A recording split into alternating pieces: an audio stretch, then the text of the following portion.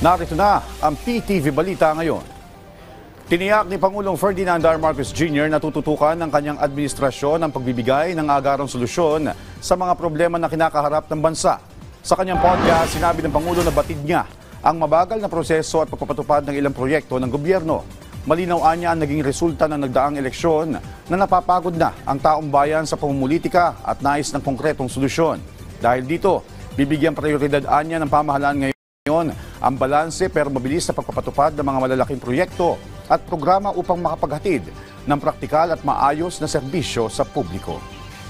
Well, asahan nila na tayo naman kahit nasa matataas na posisyon, asahan nila lagi kaming nakikinig sa kanilang hinain, sa kanilang nagiging problema at tinahanapan natin ng long-term solutions. At ngayon, talagang mamadaliin na namin yung immediate solutions na pwedeng gawin kaagad. Yun ang mararamdaman ng taong bayan.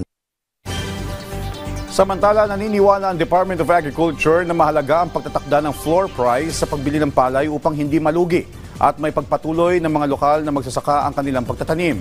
Ayon kay Agriculture Spokesperson at Assistant Secretary Arnel de Mesa, sa pamamagitan ng floor price, matitiyak na mabibili sa tamang presyo ang ani ng mga magsasaka.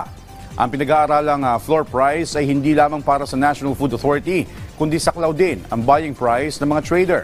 Una nang sinabi ng DA na iniimbestigahan na nila ang ilang traders sa 32 lugar sa Luzon na binabarat umano ang mga magsasaka. Tiniyak din de Mesa na babantayan nila ang mga lugar kung saan mababa ang presyo ng palay upang maprotektahan ang mga magsasaka.